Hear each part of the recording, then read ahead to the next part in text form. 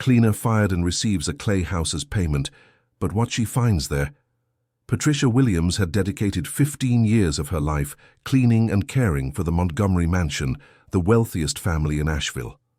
She never imagined her loyalty would be rewarded with a humiliating dismissal and an accusation of theft she knew was a lie. It all began on a Tuesday morning when she entered Mrs. Catherine's office to clean and found her employer kissing Dr. Henderson, the family lawyer. The scene left her so shocked that she dropped the crystal vase she was holding. The noise made the couple quickly separate, and Catherine's eyes met hers with a fury that froze her blood. "Patricia, you saw nothing here," said Catherine in a low, threatening voice. "Do you understand what I said?" "Yes, ma'am." "I saw nothing," replied Patricia, lowering her head and quickly leaving the room. In the following days, Patricia noticed that Catherine watched her with suspicion. Her every move was analyzed, every word weighed. The tension in the house became unbearable. She tried to act normally, but she felt her employer's gaze burning her back at all times. A week later, Catherine called her for a talk. Her heart raced as she entered the living room, where her employer waited with a cold expression. "Patricia, I need to inform you that your services are no longer required here," said Catherine bluntly. "What do you mean, Mrs. Catherine? Did I do something wrong?" asked Patricia, feeling her world collapse. "Jewelry was found missing from my room. I can no longer trust you." "But I never stole anything. You know I'm honest," protested Patricia, feeling tears burning her eyes. "The decision is made. You have until today to leave." Patricia knew arguing was pointless. The accusation was a lie created to get rid of her, but she had no way to prove her innocence. With 2 small children to support and no financial reserves, despair took hold of her. "Please, Mrs. Catherine, I have 2 small children. I need this job." Catherine sighed, pretending compassion. "Look, Patricia, I'll do something for you. I have a rural property I inherited from a distant aunt. It's a simple house, but it might serve for you and your children to live in. Consider it compensation for your years of service." Patricia had no other choice. She accepted the offer, not knowing she was stepping into something much larger and more dangerous than she imagined. She gathered her few belongings, called her children Michael, 8 years old, and Emily, 5 years old, and headed for the address Catherine had scribbled on a crumpled piece of paper. The bus ride to the rural area lasted 3 hours. The children slept in her lap during the journey, while she looked out the window at the landscape changing from city to countryside. Her heart heavy, she prayed everything would work out. When they got off at the nearest stop, they still had to walk 2 kilometers down a dirt road. The sun was setting, painting the sky orange and pink, but the beauty of the landscape couldn't lessen the anguish in her chest. Dear listener, if you're enjoying the story, please take a moment to like and especially subscribe to the channel. It helps us a lot as we're just starting out, now continuing. Finally, they spotted the house. It was a simple construction of clay and adobe, with a roof of red tiles already darkened by time. Some tiles were broken, and it was clear the rain had caused damage to the structure. The exterior walls had cracks and weeds grew around the house, showing no one had lived there for a long time. "Mom, is this where we're going to live?" asked Michael, looking at the house with curiosity mixed with apprehension. "Yes, my son." "We'll find a way to make everything nice," replied Patricia, trying to sound more confident than she actually felt. When she opened the front door, the smell of mold and dampness invaded her nostrils. The interior was even worse than she had imagined. The ceiling had obvious leaks, water stains on the walls, and some old furniture covered in dust and cobwebs. There was no working electricity, and when she tested the kitchen faucet, only a trickle of brown, foul-smelling water came out. "Mommy, it's too dark," complained Emily, clinging to her leg. "It's okay, sweetie. Mommy will light the candles she brought in the bag." The first night was terrible. The children cried from fear of the strange noises the old house made. The wind whistled through the cracks of the poorly sealed windows, and with every sound Patricia startled. She wondered if she had made the right decision, but she had nowhere to go back to. The next morning she decided to explore the property better to understand what she had inherited. The house had 3 small bedrooms, a living room, a kitchen, and a bathroom without proper plumbing. In the back, There was a large yard with some neglected fruit trees and a well that seemed to be dry. It was while cleaning one of the rooms, so the children could sleep better, that she made her first intriguing discovery. Moving an old wardrobe leaning against the wall, she noticed that one of the floorboards was loose. Curious, she managed to lift it and found a hollow space underneath. Inside was an envelope yellowed with time, sealed with wax. With trembling hands, she opened the envelope and found a handwritten letter in a delicate feminine script. "Whoever finds this letter, know that my name is Margaret Thompson, and if you are reading this, something has probably happened to me. The things I know are dangerous, but someone needs to know the truth. Look for the loose stone in the kitchen wall. There you will find more answers. Be careful who you trust. Not everything is as it seems in this town." Patricia felt a shiver run down her spine. Who was Margaret Thompson? What did she know that was so dangerous? And why did Catherine have this house? Many questions began to arise in her mind. Following the letter's instructions, she went to the kitchen and began examining the walls. After a few minutes, she found a stone that moved when pressed. Behind it was another hiding place, this one containing a small notebook and some photographs. The photos showed meetings of well-dressed men in an elegant room she did not recognize. In the margins of the photos there were pencil notes with dates and people's names. She recognized some names as being those of local politicians and influential businessmen from Asheville. The notebook contained detailed notes about suspicious financial transactions, dates of secret meetings, and bank account numbers. It was as if Margaret had been documenting some kind of scheme or corruption involving these important people. "Mommy, what are you doing?" asked Michael, appearing in the kitchen. "Oh, my son, I'm just exploring our new house," she replied, quickly putting the documents away. "How about we go into town to buy some things for lunch?" The walk to the nearest village took 40 minutes. It was a small place with few houses, a church, a small market, and a health clinic that operated only twice a week. People looked at them with curiosity, especially at Patricia, who was clearly a stranger in the community. At the market, the owner, Mr. George, a middle-aged man with a graying mustache, was cordial but cautious. "You're new around here, aren't you?" he asked while bagging the basic groceries she had bought with the last few dollars she had. "Yes, I came to live in the house on the mountain road. It belonged to the Thompson family." Mr. George's face changed immediately. He stopped what he was doing and looked at her with a serious expression. "Margaret's house?" he asked in a low voice. "Did you know her?" "Yes, I did. But it's been about 10 years since anyone has heard from her. One day she simply vanished. The police came here a few times, but they never found anything." "Vanished? What do you mean?" "She left home one morning and never came back. Left everything behind.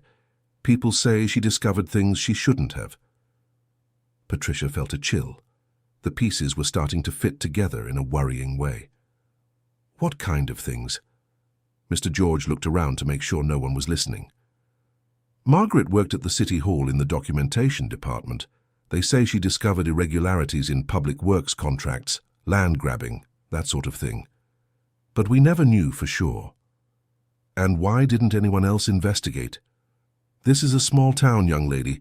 People are afraid of getting into trouble with powerful folks." Patricia returned home with her mind buzzing with thoughts. The children ran off to play in the backyard while she reflected on everything she had discovered. Margaret Thompson had documented evidence of corruption and then disappeared. Now she was living in her house with those same documents in her hands. Did Catherine know about the documents when she offered her the house? The coincidence seemed too unlikely. Perhaps the dismissal wasn't just to get rid of a witness to adultery, but part of something bigger. That night, after the children fell asleep, she examined the documents again by candlelight. Margaret's notes were meticulous, with dates, amounts, and detailed descriptions of irregularities.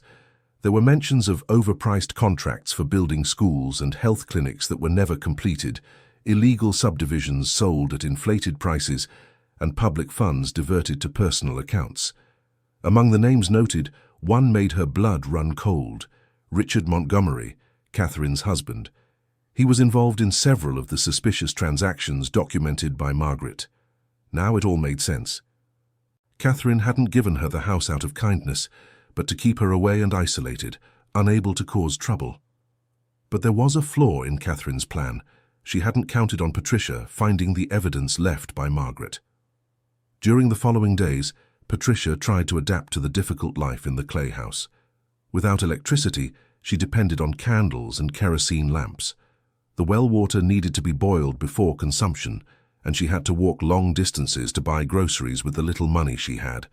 The children began to show symptoms of diarrhea and low-grade fever, likely due to the poor hygiene conditions.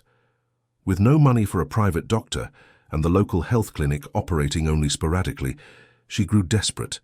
It was then that she met Mrs. Dorothy, a retired nurse who lived in a house a few kilometers away. The woman with white hair and a kind face offered help, but charged $50 for the consultation and medicine, an amount Patricia did not have. "My dear, I understand your situation, but I also need to support myself," explained Mrs. Dorothy. "But I can make a deal with you. There are some domestic chores here at my house that I need done. If you help me, we can settle the children's appointments." Patricia accepted immediately. Working to pay for her children's medical treatment was better than watching them suffer. During the afternoons, she would leave the children playing in the yard and walk to Mrs. Dorothy's house to help with cleaning and organizing. It was during one of these visits that Mrs. Dorothy casually mentioned Margaret. "Did you know that house you're living in belonged to a friend of mine?" "Margaret? The man at the market told me she disappeared." "Margaret was a very brave woman, perhaps too brave for her own good," said Mrs. Dorothy, slowly stirring the tea she was preparing.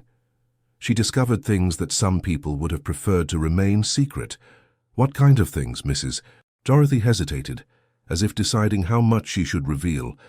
Margaret worked in the City Hall archives. She had access to all the city's official documents. One day she came here very nervous, saying she had found evidence that public works were being overpriced and the money was being diverted. And did she report it? She tried.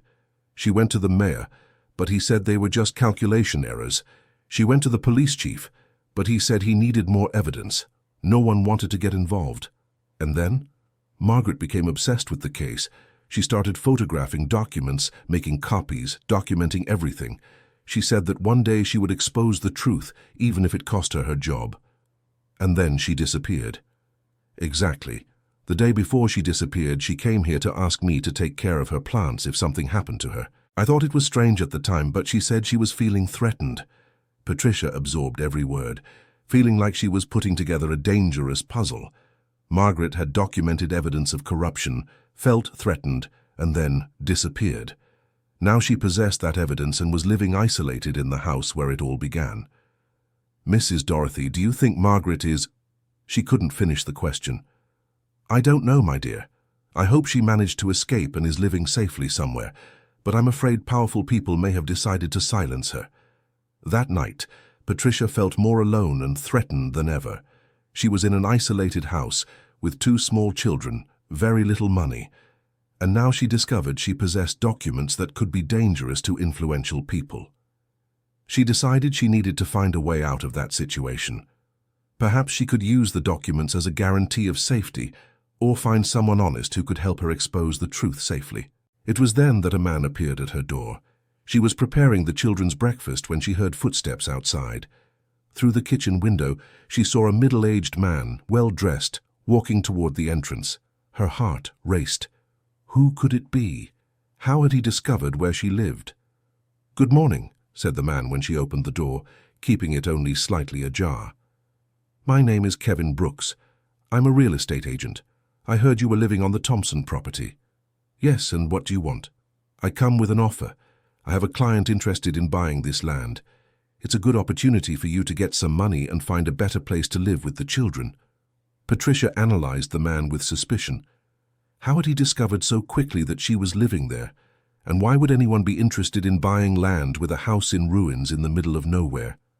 "How much are they offering?" she asked, trying to buy time to think. $5,000 cash. Hey, it's good money to start a new life. The amount was tempting, considering her desperate situation, but something didn't seem right. The man was nervous, sweating despite the mild morning weather, and his eyes kept examining the inside of the house behind her. "I need to think," she replied. "Look, ma'am." "What was your name again?" Patricia. Mrs. Patricia, my client is in a hurry. He travels tomorrow and would like to close the deal today. If you accept, I can come back with the papers and the money this afternoon. I said I need to think. The man's face grew more serious.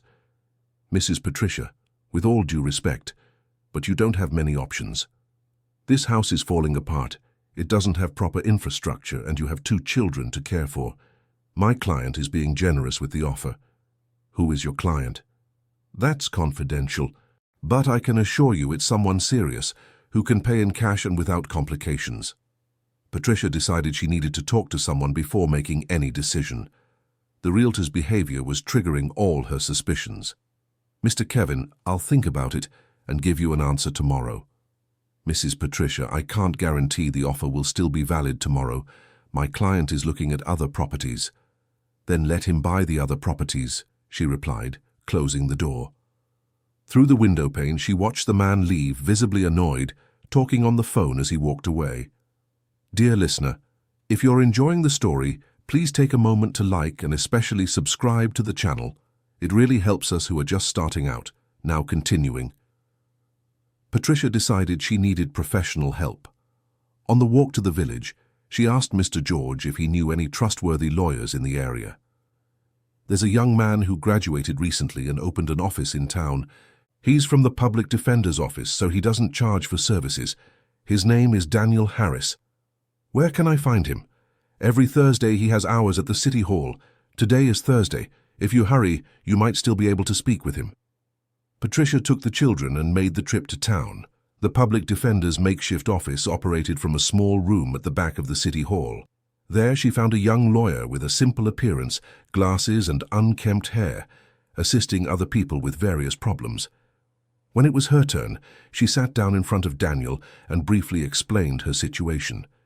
She had been unfairly dismissed, received a house as compensation, but now someone was insistently trying to buy the property. Do you have the documents for the house? Asked Daniel. I have the deed my employer gave me. Daniel analyzed the document for a few minutes, taking notes. This document is irregular, he finally said. The property transfer wasn't properly registered. Technically, you are not the legal owner of the property. What do you mean? For the transfer to be valid, it needs to be registered at the county recorder's office. Here we only have a declaration of gift, but nothing official. Patricia felt the world spin. Not only was she living in a house in terrible condition, but it wasn't even legally hers. Does that mean I could be evicted at any time? Theoretically, yes, but we can fix the situation. I'll need to contact the donor so she can complete the transfer process properly. Mr. Daniel, there's one more thing, said Patricia, looking around to make sure no one was listening. I found some old documents in the house, documents that might be important. What kind of documents? Patricia hesitated, but decided to trust the young lawyer. I think they're evidence of irregularities at City Hall. They were left by the former owner who disappeared 10 years ago. Daniel's face turned serious. Mrs. Patricia, this is very serious. If there is evidence of crimes against public administration, we need to act very carefully. What do you think I should do? First, I'll analyze these documents to verify if they are indeed valid evidence. Second, I'll investigate the legal status of the property. And third, we need to think about your safety and the children's. Patricia felt relief at finding someone who seemed willing to help her honestly. They agreed she would return the following week with the documents she had found. On the way back home, she stopped at Mr. George's market to buy some groceries. The shopkeeper seemed worried. Mrs. Patricia, a man came by here asking about you, he said in a low voice. What man? A certain Kevin, a real estate agent. He wanted to know how long you had been living in the house, if you had family, things like that. And what did you say? I said it was none of my business and that he should look for you directly. But I thought it was strange. Why would a real estate agent be asking so many personal questions? Patricia became even more worried. The man was clearly investigating her life, probably to find ways to pressure her. When she got home, she found an unpleasant surprise. Someone had gone through her things. The few pieces of furniture were slightly out of place, drawers open, as if someone had been looking for something specific. Her heart raced. The documents! She ran to the hiding place in the kitchen and sighed with relief to find them still there. Whoever had entered the house had not discovered the loose stone hiding place. That night, she decided she could no longer remain passive. She needed to act before the situation became even more dangerous. Her first priority was to ensure the children's safety, and the second was to find a way to use the evidence she had found to protect herself. She began making copies of the most important documents, writing down the key information by hand. If something happened to the originals, at least she would have some evidence preserved. It was during this meticulous work that she discovered something she had previously overlooked. In one of the photos Margaret had taken, in the background of the image, she recognized a familiar setting, the office in the Montgomery house, where she had found Catherine with the lawyer. The photo showed a meeting with several people, including Richard Montgomery, and on the table were documents and briefcases. It was as if Margaret had managed to photograph a meeting of the corruption scheme happening inside the very house where Patricia had worked for 15 years. This explained why Catherine had reacted so nervously when she saw her in the office. It wasn't just fear that she would tell about the adultery, but terror that she would discover the house was being used for criminal meetings. Patricia began connecting the dots of a plot much more complex and dangerous than she had imagined. She wasn't just a former employee unfairly dismissed, but a potential witness to crimes involving very powerful people. The next morning, she was awakened by the sound of engines. Through the window, she saw 2 cars parked in front of her house. From the first car emerged Kevin, the real estate agent, and from the second emerged a man she didn't recognize, older and with an authoritative appearance. "Mrs. Patricia," shouted Kevin, "I need to speak with you urgently." She didn't open the door immediately, watching the men through the curtain. "What do you want?" she asked through the window. "I've come with my client, Dr. Vincent. He would like to see the property in person before closing the purchase. I said I was still thinking about the offer." "Mrs. Patricia," said the older man in a strong voice, "I am a lawyer and represent the true heirs of this property. You are illegally occupying a property that does not belong to you." Patricia felt her legs weaken. How did this man know about the irregularities in the documentation? "I have a deed of donation," she replied, trying to keep her voice steady. "That deed has no legal value. My clients are the only legitimate heirs of Margaret Thompson, and they want to reclaim their property." "Who are your clients?" "Margaret's siblings, who live in Chicago. They recently discovered the property had been illegally donated by people who had no right to it." Patricia knew she was in a very delicate situation. Without proper legal knowledge, she couldn't distinguish whether the lawyer's statements were true or just a strategy to intimidate her. "I need to speak with my lawyer before making any decision." "Mrs. Patricia," said Dr. Vincent, switching to a more threatening tone, "we don't want to create problems for you, but if we don't resolve this amicably, we'll have to take legal action for eviction due to illegal occupation." "I'll give you 3 days to decide," Joachim added. "Either accept our offer of $5,000 to leave voluntarily, or you'll face a lawsuit that could leave you with nothing." The men left, leaving Patricia in total panic. She didn't have money to hire a private lawyer, and now she doubted whether she could even fully trust the young Daniel from the public defender's office. How could he face experienced lawyers representing clients with resources? She decided to seek out Mrs. Dorothy to ask for advice. The retired nurse received her with visible concern. "My dear, this situation is getting dangerous. If they're pressuring you so much to leave, it's because there's something very valuable in that house." "Mrs. Dorothy, I need to tell you something," said Patricia, deciding to trust the woman completely. "I found documents that Margaret hid. Documents that prove irregularities in the City Hall. I suspected she had left something like that," replied Mrs. Dorothy, not seeming surprised. "Margaret once told me she had created a safety guarantee in case something happened to her. Do you think these people know about the documents? I'm sure of it. That's why they're desperate to recover the property. It's not for the land or the house, it's for what's hidden inside. But if they know, why didn't they break into the house when it was empty all these years?" Mrs. Dorothy thought for a moment. "Probably because they didn't know exactly where Margaret had hidden the evidence, and also because while the house was abandoned, there was no hurry.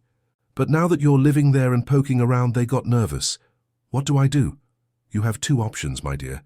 Either hand everything over to them and accept the money to leave, or use these documents to protect yourself and fight for your rights. How can I use the documents to protect myself? If they really prove crimes, these powerful people have more to lose than you. They won't want the evidence to become public.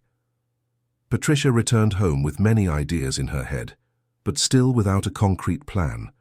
She knew she needed to act quickly, as the 3 days they had given for her decision were passing. It was then that she received an unexpected visit that would completely change the course of events.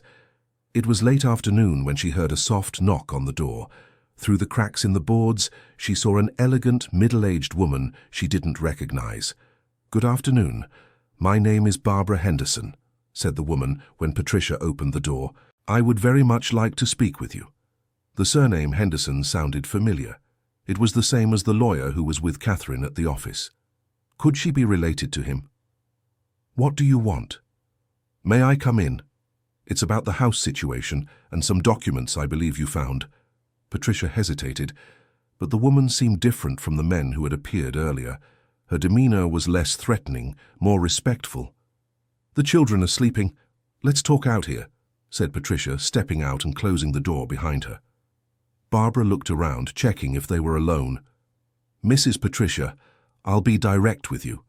I know you found documents left by Margaret Thompson, and I know several people are pressuring you to leave this house." "How do you know that?" "Because my son is involved in the scheme that Margaret discovered," said Barbara, surprising Patricia with her honesty. "Christopher Henderson is a lawyer and represents several of the men mentioned in Margaret's documents." "You are Dr. Henderson's mother?" "I am, and I'm here to warn you about the dangers you are running." Barbara explained that she had only recently discovered her son's involvement in the irregularities when she overheard a phone conversation he had with other members of the group. "Mrs. Patricia, these people will not hesitate to use any means necessary to recover those documents. The story about Margaret's heirs is a lie. They invented that version to pressure you legally."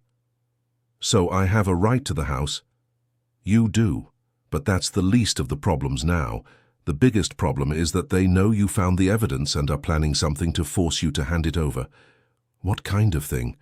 Barbara hesitated, clearly wrestling with her conscience. "They could fabricate a crime, plant evidence in your house, or even—" She couldn't finish the sentence. "Are you telling me they could harm me?" "I'm telling you that my son is involved with very dangerous people, and I discovered this too late. Now all I can do is try to warn an innocent person about the risks." Patricia felt terror take hold of her. She was dealing with powerful criminals who would not hesitate to use violence to protect their secrets. "What do you think I should do?" "Go to the press, the Federal Bureau of Investigation, someone from outside the city who isn't involved in the scheme. But do it quickly and safely." Barbara gave her a card with the phone number of an investigative journalist from Charlotte who was investigating corruption in small towns. "Call this man, David Alexander. Explain the situation and offer the evidence in exchange for protection for you and your children." "Why are you helping me? Your son could be in trouble if I expose the scheme." "My son chose the wrong path, and now he has to face the consequences. But that doesn't mean an innocent mother and her children should suffer because of his mistakes." Barbara left, leaving Patricia with a crucial decision to make. She had in her hands information that could protect her, but that could also put her in even greater danger if she wasn't careful. That night, after the children were asleep, she called the journalist David Alexander from the nearest public phone, 2 kilometers from home. "Hello, David Alexander. My name is Patricia Williams. Barbara Henderson said I should call you." "Yes, she called me earlier explaining the situation. Do you really have documents that prove irregularities in the Asheville City Hall?" "I have photographs, detailed notes, bank account numbers, everything documented by a City Hall employee who disappeared 10 years ago." "This is very important. I've been investigating this scheme for months, but couldn't get concrete evidence. Can we meet tomorrow?" "It's very dangerous. There are people threatening me to leave town." "I understand. I'll come to you with a team. We'll arrive early tomorrow with equipment to digitize all the documents. After that, you and your children will be under our protection until we can publish the story."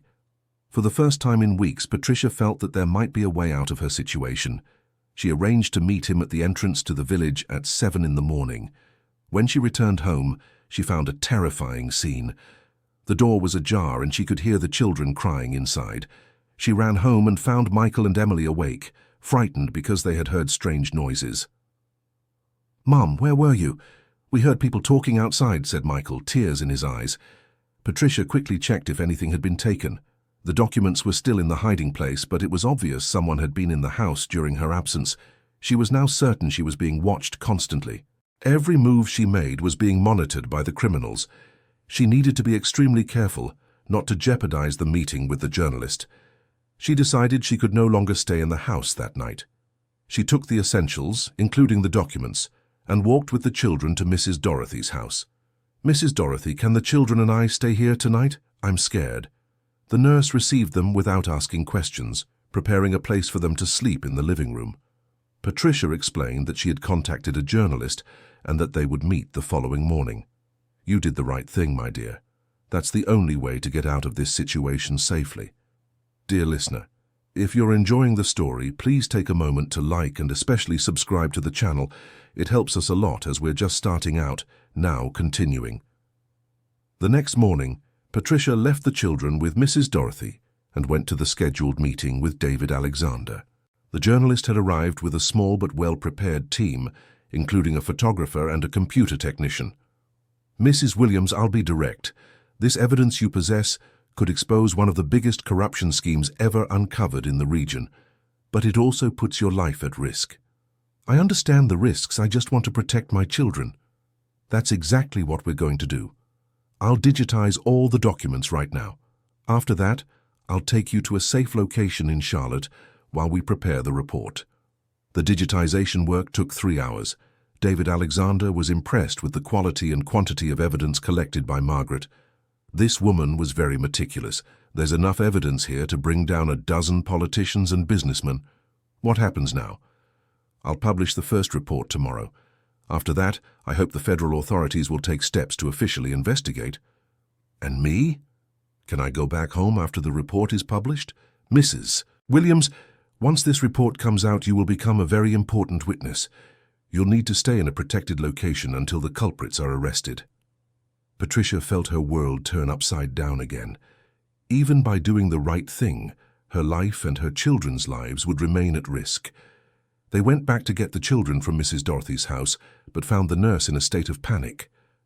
"Patricia, men came here looking for you an hour ago. They said they knew you were hiding here." "And the children?" "They're fine. I hid them in the basement when I saw the cars arriving, but they searched the entire house and threatened to come back." David Alexander made the decision immediately. "We can't wait any longer. We're leaving right now, Mrs. Dorothy. You're also in danger now. Do you want to come with us?" "No, my dear. I'm too old to run. But you all leave now." Patricia hugged the nurse, thanking her for all the help she had received. "Mrs. Dorothy, when all this is over, I'll come back to visit you." "I'll look forward to it, my dear." The trip to Charlotte was tense. David Alexander drove constantly checking the rearview mirror, and the photographer watched for any suspicious movement.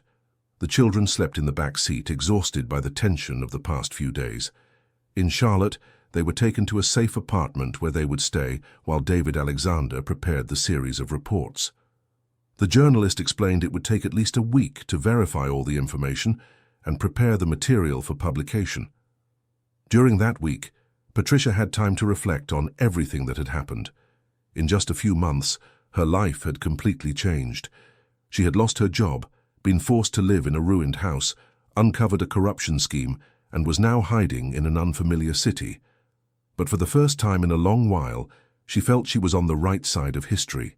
The evidence she found could help bring justice and punish people who had stolen public money for years. David Alexander worked tirelessly, verifying every piece of information, contacting sources, and preparing a series of reports to be published simultaneously across multiple media outlets to ensure maximum impact. "Mrs. Patricia, I've discovered more through my investigation. The scheme isn't just in Asheville. They have branches in several cities in the region." "What do you mean?" Margaret only uncovered the tip of the iceberg. The group used the same corruption model in multiple municipalities: overpriced contracts, land grabbing, misappropriation of federal funds. And now? Now we're going to expose it all. The repercussions will be national. On the 6th day of waiting, David Alexander received an unexpected call that would once again change the course of events. "Mrs. Patricia, I have news that will shock you," he said, hanging up the phone. "What is it?" "Margaret Thompson is alive." Patricia felt as if she had been punched in the stomach. "How? Where is she?" "My investigation led me to a convent in Greenville. The Mother Superior confirmed that a woman matching Margaret's description has been living there for 10 years under another name." "But why didn't she come back? Why did she let everyone think she had died?" "Because she knew she would be killed if she stayed in Asheville. Faking her own death was the only way she found to save her life." "And now will she testify?" "I'm going there tomorrow to talk to her. If she agrees to testify, we will have the key witness to the corruption scheme." David Alexander traveled to Greenville and returned 2 days later with Margaret. The 55-year-old woman had aged greatly in the last 10 years, but her eyes still shone with the same determination that had led her to document all the irregularities. "Patricia, I want to thank you for finding and preserving my work," Margaret said when they met. "All these years I prayed that someone would discover the evidence and bring justice. Why didn't you try to report it before you disappeared?" "I tried. I went to all the local authorities, but they were all either involved or afraid of getting involved. When I realized my life was in danger, I decided to fake my death and wait for a better opportunity." "And why now?" "Because now we have the national press involved, and the evidence is being released simultaneously across multiple outlets. It will be impossible to cover up the case like they did 10 years ago." Margaret explained in detail how she had discovered the scheme, how she had collected the evidence, and how she had realized her life was in danger. "They never found out exactly where I hid all the proof. That's why they kept the house intact all these years, waiting for an opportunity to search it calmly. And when I showed up there, they became desperate. Someone living in the house meant the evidence could be found at any moment." David Alexander finalized his investigation and prepared a series of 5 reports to be published over the course of a week. The first report aired on a Tuesday morning and caused an immediate national impact. "Former City Hall employee exposes $1 million corruption scheme in Asheville."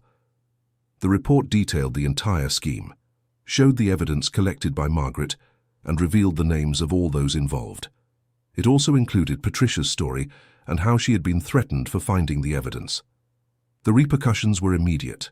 Within a few hours, the Federal Bureau of Investigation had launched Operation Woodworm, arresting 17 people involved in the scheme, including Richard Montgomery, Catherine Montgomery, Dr. Christopher Henderson, and several local politicians. Kevin, the fake real estate broker, was identified as the group's enforcer, tasked with intimidating people who could disrupt their schemes.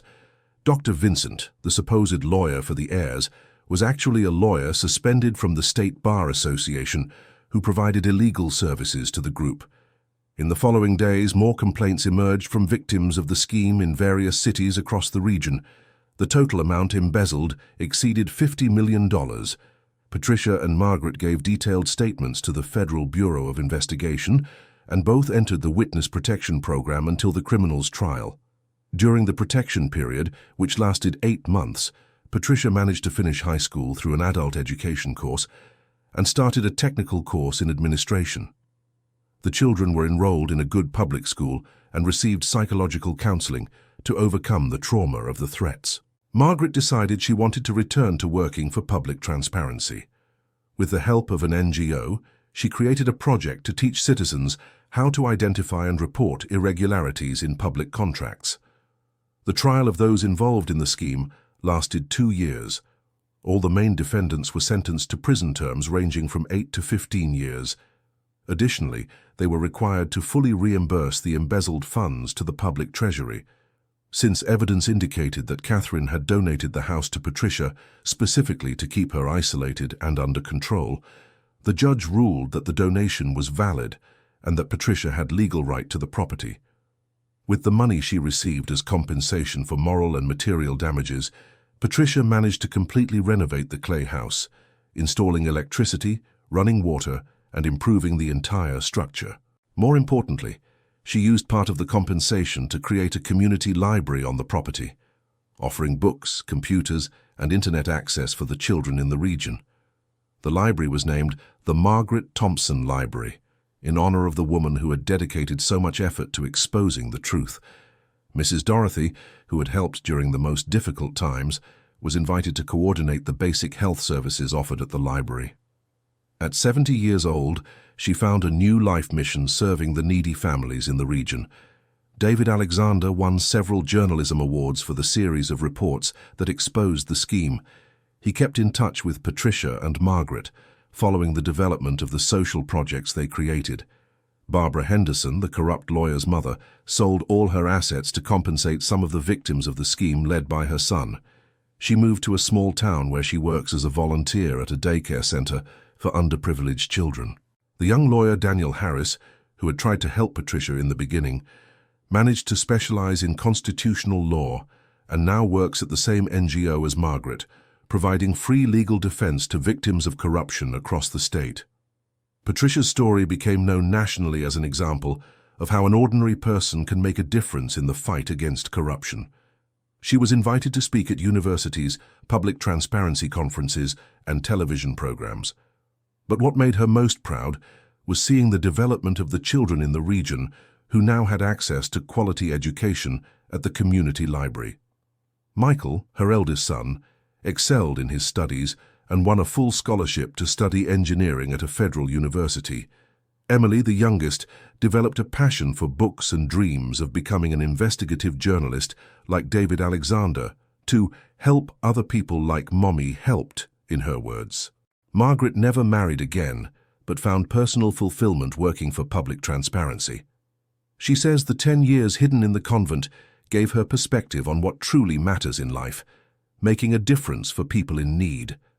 The Asheville region underwent a significant transformation after the corruption scheme was exposed. New honest politicians were elected, genuine public works were completed, and the population developed greater awareness about the importance of overseeing public power. The clay house that was once a symbol of humiliation and despair became the heart of a prosperous and educated community. What was meant to be the end of the road for Patricia became the beginning of a life full of purpose and meaning. 5 years after the first report that exposed the scheme, Patricia was sitting on the porch of the completely renovated house, watching the local children playing in the yard that now housed the library. The sun was setting on the horizon, painting the sky with the same orange and pink colors she had seen on the first day when she arrived there with fear and uncertainty. Mrs. Dorothy approached, bringing 2 cups of coffee. "What are you thinking about, my dear?" "I was thinking about how life can change in unexpected ways," replied Patricia, accepting the steaming coffee. 5 years ago, I was just a humiliated and desperate cleaning woman. Today, I am a nationally recognized advocate for public transparency. You were always special, Patricia. You just needed the right opportunity to show it. And to think it all started when I found Margaret cheating on her husband. That's not what started your journey, corrected Mrs. Dorothy with a wise smile. Your journey began when you decided to be honest and not silently accept an injustice. Everything else was a consequence of that first courageous decision. Patricia smiled, knowing the older woman was right. Every choice she had made throughout those difficult years had been motivated by the determination to protect her children and do what was right, even when it seemed impossible. Margaret appeared on the porch, coming from the library where she had just given a lecture on public transparency to a group of college students. The children asked very smart questions today, she commented, joining the two. A 12-year-old girl asked how she can help fight corruption in her school. "And what did you answer?" asked Patricia. "I told her she can start by always questioning, researching important issues, and never accepting 'that's how it's always been' as an excuse for things that are wrong." The three women fell silent for a few moments, each reflecting on the paths their lives had taken. "Margaret," Patricia said finally, "have you ever regretted documenting all those irregularities? If you hadn't done it, your life would have been much simpler." "I never regretted it," Margaret replied without hesitation. "Maybe my individual life would have been simpler, but how many people would have continued to be harmed by the scheme if I hadn't documented everything? How many children would be without proper schools? How many families would be without functioning health clinics? It's true, agreed Mrs. Dorothy. Sometimes we need to accept that our purpose in life is greater than our personal comfort. Patricia looked at her children playing with other kids. Michael, now 13, was helping the younger ones with their homework. Emily, 10 years old, was telling stories to a group of small children sitting in a circle around her. "Do you think I did the right thing exposing my children to all those risks?" she asked, voicing a doubt that still visited her sometimes. "Look at them," said Margaret, following Patricia's gaze. "See how confident they are, generous, concerned with the well-being of others. They learned that it's worth fighting for what's right, even when it's difficult." "Besides," added Mrs. Dorothy, "you didn't expose them to the risks by choice. The risks appeared and you dealt with them the best way possible, always protecting your children first." It was true. Patricia had never looked for trouble. Circumstances had placed her in a situation where she needed to choose between passively accepting an injustice or fighting for her rights and those of many other people. David Alexander arrived in the late afternoon, as he did every month, to follow the development of the library projects and keep in touch with his main sources for the series of reports that had changed so much. "How are our favorite heroines?" he asked, greeting the three women. "We're fine, but we're not heroines," replied Patricia. "We just did what needed to be done." "Maybe that's exactly what makes you heroines," countered David. "True heroes aren't special people who do extraordinary things. They're ordinary people who do the right thing when it's necessary." "How is the reception of our story out there?" asked Margaret. "It continues to inspire people. Last week I got 3 emails from people in different cities who discovered local irregularities and want to report them. They all cited you as inspiration." "Is that good or worrying?" joked Patricia. "It's excellent," replied David seriously. "It means more people are paying attention to what happens around them and are no longer willing to accept things silently when they see something wrong." Mrs. Dorothy served dinner for everyone in the backyard, improvising a large table with several smaller ones together. The children who frequented the library were invited to eat along, turning the dinner into a community celebration. During the meal, Patricia observed the scene around her. Children from various families eating together, adults discussing projects to improve the community, young college volunteers helping with the library activities. 5 years ago, she was alone in a ruined house with 2 hungry children and no prospect of improvement. Now she was surrounded by a community she had helped create, on a property that had become a center for education and social development. After dinner, Margaret asked for everyone's attention. "I want to make an important announcement," she said, standing up. "I've received a proposal to expand our public transparency project to 10 other cities in the region." A murmur of excitement went through the group. This means we would need to train more people, create new community libraries, and develop broader educational programs. It's a big challenge, but I believe we're ready. "Count on me," said Patricia immediately. "And me," added Mrs. Dorothy. "And me," completed David. "I can document the whole process and help with publicity." In the following months, the expansion project began to take shape. Patricia traveled to several cities presenting the community library model and training local volunteers. Margaret developed courses on public transparency and oversight of government projects. Mrs. Dorothy coordinated the creation of a basic healthcare network, connecting all the communities served by the project. David documented everything, creating a historical archive of the community's development. The work was intense but rewarding. With each new city where they implemented the project, Patricia saw families gaining access to quality education, young people discovering opportunities they had never imagined, and entire communities organizing to solve their own problems. Michael, now 15, had become a natural leader among the youth in the region. He organized study groups, coordinated sports activities, and helped train other teenagers to work as monitors in the libraries. Emily, at 12 years old, was already writing articles for the school newspaper about the importance of civic participation. She had inherited her mother's determination and courage, but also developed the communication skills necessary to be a good journalist. One day, while Patricia was organizing books in the library, Emily approached with a question that made her stop and reflect. Mom, do you still get sad when you remember how you lost your job at the Montgomery's house? Patricia thought carefully before answering. No, my daughter. At the time it was very painful, but today I understand that dismissal is what brought me here. So you think everything happened for some special reason? I think things happen, and it's up to us to decide what meaning we give them. I could have stayed bitter and angry forever. Instead, I chose to use the experience to build something positive. And if you could go back in time and change things. Patricia looked around the library full of children studying, young people researching on computers, adults participating in literacy courses. She thought of all the families who had been helped by the project, of all the communities that now had access to education and healthcare. I wouldn't change a thing, Emily, because if I changed anything, perhaps none of this here would exist. Emily smiled, satisfied with her mother's answer. That same week, Patricia received an unexpected invitation. A federal university had created a specialization course in public transparency and social management and wanted to offer her a full scholarship to study. But I only finished high school a few years ago, she said to Margaret when she mentioned the invitation. So what? You have 5 years of practical experience in social development. You created a community library model that's being copied in 10 states. You have more real qualifications than many people who have university degrees. Do you think I should accept? I think you should do what you feel will help you be even more effective in the work you're already doing. Patricia decided to accept the scholarship. During the 2 years of specialization, she managed to systematize and theorize much of the practical work she had developed intuitively.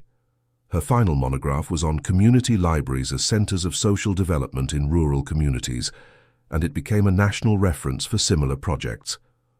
On graduation day, the entire community organized to travel to the university and attend the ceremony. It was the first time many of the children had left the region, and for them it was an unforgettable adventure. During the graduation speech, Patricia was called to speak as the representative of the specialists. Before an audience of hundreds of people, she told her story from the humiliating dismissal to the transformation she had brought about in her own life and in the lives of many others. I learned that education is not just about having degrees, she told the audience. Education is about learning to ask questions, to not accept injustices, and to believe that all people deserve opportunities to grow and develop. I learned that an ordinary person can indeed make a difference, as long as they have the courage to act when the situation demands it. And I learned that the most difficult moments of our lives can become the greatest opportunities for growth. Patricia Williams's speech received a standing ovation, and several graduates later said her words had been more inspiring than the entire official ceremony. In the following years, Patricia became a nationally recognized consultant in community social development. She traveled across the country helping communities create their own library and development center projects. But she always returned home to the old clay house that was now the heart of a thriving community.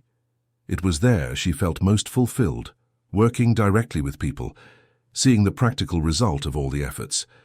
Margaret continued working in the area of public transparency until she retired at 70. She then dedicated herself to writing a book recounting her experience and providing a practical guide for people who wanted to report corruption safely. Mrs. Dorothy worked at the library until she was 80, when she decided it was time to rest. The community organized a farewell party that lasted 3 days, celebrating not only her retirement, but all the work she had done for the most needy. David Alexander gained national notoriety as an investigative journalist specializing in corruption. He created a non-governmental organization dedicated to training journalists to investigate irregularities in local governments. Michael graduated in civil engineering and returned to the region with the goal of developing infrastructure projects for rural communities. His first project was to create a rainwater harvesting and treatment system that benefited more than 50 families. Emily graduated in journalism and social communication. She developed a community communication project, teaching people in rural communities to create their own media outlets to publicize their needs and achievements. Daniel Harris, the young lawyer who had tried to help Patricia at the beginning of the story, specialized in environmental law and now works defending rural communities in land and natural resource conflicts. Barbara Henderson, the corrupt lawyer's mother, founded an organization that helps criminals' families restart their lives after their relatives are imprisoned.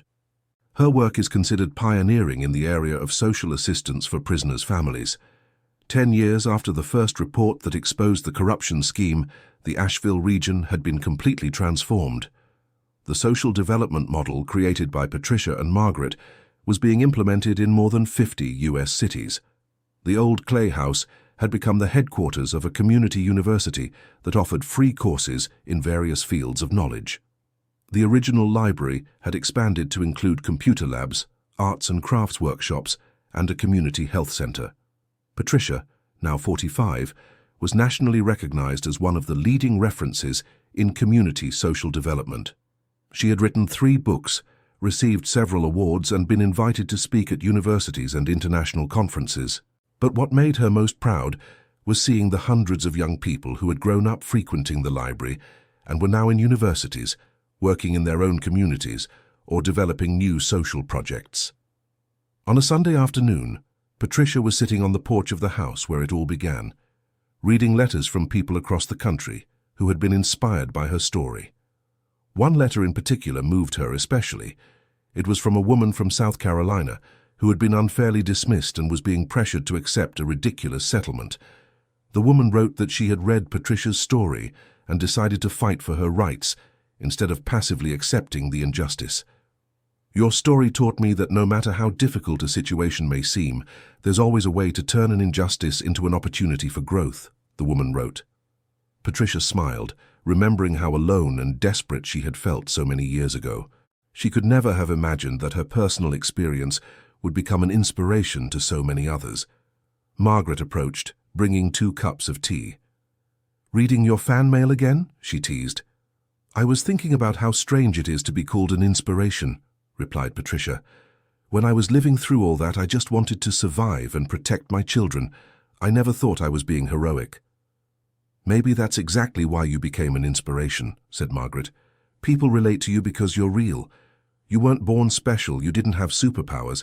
You were just a hard-working mother who decided not to accept an injustice. And you? Do you ever regret documenting everything, even knowing the risks?" "Never. But I confess that sometimes I wonder what my life would have been like if I had married, had children, led a normal life." "Do you think you would have been happier?" Margaret thought for a moment. "I don't know if I would have been happier, but I know it would have been different. Maybe I would have had personal joys that I didn't have, but I also wouldn't have the satisfaction of knowing my work helped change so many people's lives." The 2 fell silent, each lost in her own thoughts. "Margaret," Patricia finally said, "do you think we really made a difference?" Margaret pointed to the activity around them. Young people studying on the garden benches, children playing on the playground that had been built next to the library, adults leaving evening classes chatting animatedly about the subjects they had learned. "What do you think?" Patricia observed the scene and felt a deep satisfaction wash over her. Yes, they had made a difference. Not only by exposing a corruption scheme, but by creating a development model that was transforming entire communities. That evening, she received a call from David Alexander. "Patricia, I have some news you'll be interested in," he said, excitement in his voice. "What news?" "The community library model you created has been selected by UNESCO as one of the 10 most innovative social development projects in the world." "What do you mean?" "You'll receive an international award and be invited to present the project at a world conference on sustainable development." Patricia was silent for a few seconds, trying to process the information. "David, when I was desperate in that ruined house, I never imagined anything like this could happen." "That's why your story is so inspiring," he replied. "You prove that we never know what opportunities life might give us, even in the most difficult moments." The World Conference took place in Geneva, Switzerland. It was Patricia's first international trip, and she brought Margaret as the project's co-presenter. The presentation was a success. Delegates from various countries were interested in the American model and requested consultancy to implement similar projects in their own territories. "I never imagined a story that began with a humiliating dismissal would end with worldwide recognition, Patricia remarked to Margaret during the flight back to the United States. "It hasn't ended," corrected Margaret. "Our story has no end. Every person who implements a project inspired by ours, every community that develops using our model, every child who learns to read in our libraries is continuing our story." Back in the United States, Patricia discovered that the international attention on the project had sparked the interest of the federal government. A new National Community Library program was being developed based on the model they had created. "Patricia, I want to offer you the position of National Coordinator for this program," said the Secretary of Education during a meeting in Washington, D.C. It was an incredible opportunity, but Patricia knew that accepting would mean stepping away from direct work with the communities. "May I think about it?" "Of course, but I need an answer in a week." On the flight back home, Patricia carefully weighed her options. Coordinating the national program would be a way to multiply the project's impact, but she would lose the direct contact with people that had always been her greatest source of energy and motivation. When she got home, she talked with Michael and Emily, now young adults, about the decision she needed to make. "Mom, which of these options will make you happier?" asked Emily.